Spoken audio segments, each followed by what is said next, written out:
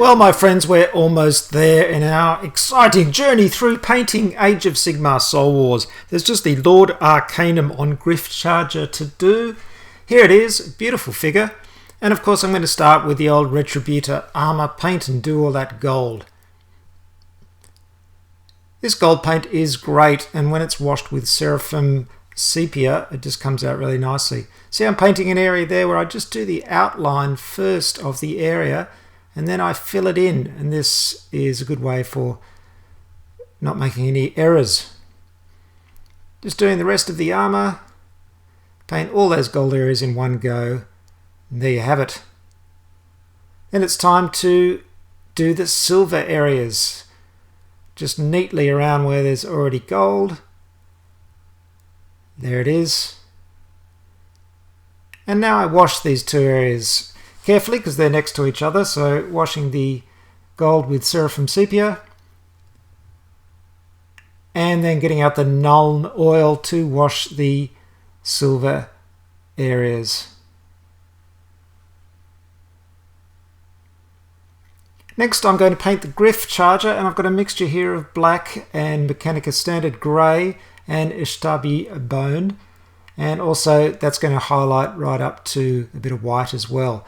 And that's my range of colours I'm using for the Gryph-charger. So I start off with painting all the very dark areas underneath that you won't normally see, and then lighten this up to a little bit lighter grey with the Ishtabi Bone to do the dark furred areas. A little bit more of that to paint the feathers, and I actually blend all this on the figure itself as I go.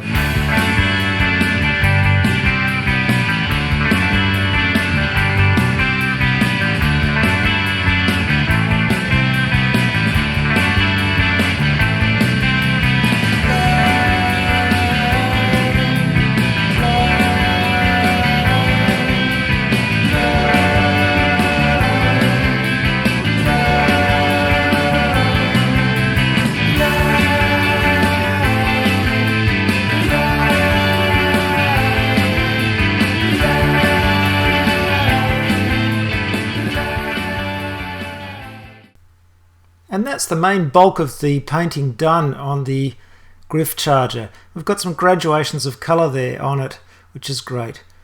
Then I start painting the fabrics, and the red is a dark red and black mix. And you can see I've done the dark skirt and everything as well here, and just blocked in the rest of the colours. Bit of Nuln oil wash on the black areas just to define them a little bit better.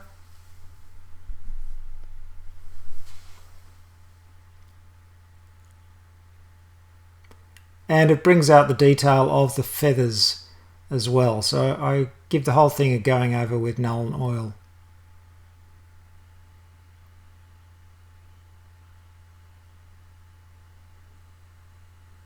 Looking good.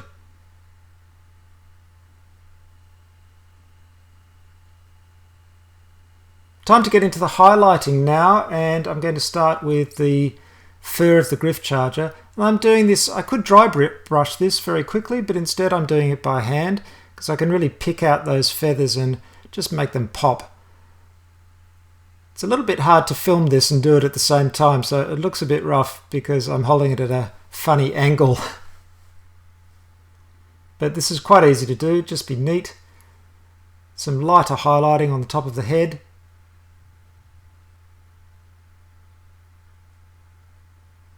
And it's really starting to come together. I've done some more of the detail work, and now I'm highlighting the gold with silver, picking out the raised areas.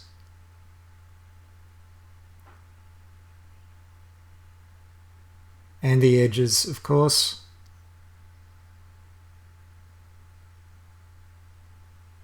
And we're almost done. A quick dry brush of the base. I use a couple of graduations of grey going up to a little bit of white. You can use whatever scheme you like, of course. And now I'm using some tufts. These are Highland tufts. They're by Army Painter. A little bit of super glue on the base. Get some tweezers and pick yourself out a tuft. You can use different sizes for a bit of variety and just press them into the super glue. and that gives your base a little bit of interest. And there he is. And here it is, folks. I've finished! Ta-da! The entire Warhammer Age of Sigmar Soul Wars set, all painted. Now that took 62 hours and 19 minutes, according to my reckoning. Now, of course, there are times that I forgot to turn the timer on, but I tried to compensate for those times. So it is a little bit rough, but yeah, over 62 hours, quite a lot of work. Now, I've painted these to, I think, a good tabletop standard, or a high tabletop standard, I think we'll call it. They're certainly not display quality, but there is a lot of care in the painting. So I'm not really sure whether that's fast or slow, but 62 hours is quite a lot of time and a pretty big investment of time. So if you are grabbing one of these sets, be aware that it is going to take quite a bit of time to construct those figures and paint them. But it is a satisfying and worthwhile endeavour, because now, of course, they are painted for all time, and I can get them on the tabletop, though whether I'll spend 62 hours actually playing Warhammer Age of Sigmar is yet to be seen.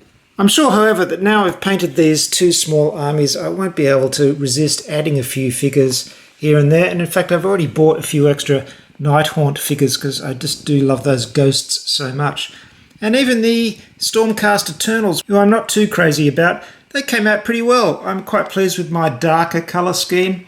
I think that makes them a little bit more interesting. I'm not a big fan of the bright red, white and blue colour scheme that Games Workshop used for these guys.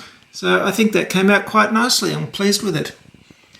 Well, everybody, thank you very much for watching this series of Warhammer Age of Sigmar Soul Wars construction and painting videos. I hope you enjoyed them. I hope they were informative for you. But I'm not going to stop there. No, I'm going to do at least one battle report, and it's going to be an interesting battle report because I'm going to rope in someone who hasn't played a lot of tabletop miniatures games before, and will be able to discover Age of Sigmar from the perspective of a crusty old gamer like myself and someone brand new to the hobby. Look out for that video. In the meantime, don't forget to visit the Esoteric Order of Gamers, orderofgamers.com. Also, check me out on social media and get in contact. Tell me about your experiences with Age of Sigmar and putting these figures together. I'd love to hear from you, and I'll always reply to your comments. Oh, I almost forgot just one final thing. I thought I'd show you how I store all of these figures. So here's my storage drawers, and you can see everything magnetized and sitting in there quite comfortably. The larger figures that obviously don't work standing upright, I put sideways. There's a piece of stainless steel sheet attached to the side of the drawer, and there I can put those taller figures magnetized to the side. It works very well, it doesn't take up too much space, and most importantly, it keeps those very fragile figures in good condition. That's it, folks. Thanks very much for watching. See you next time.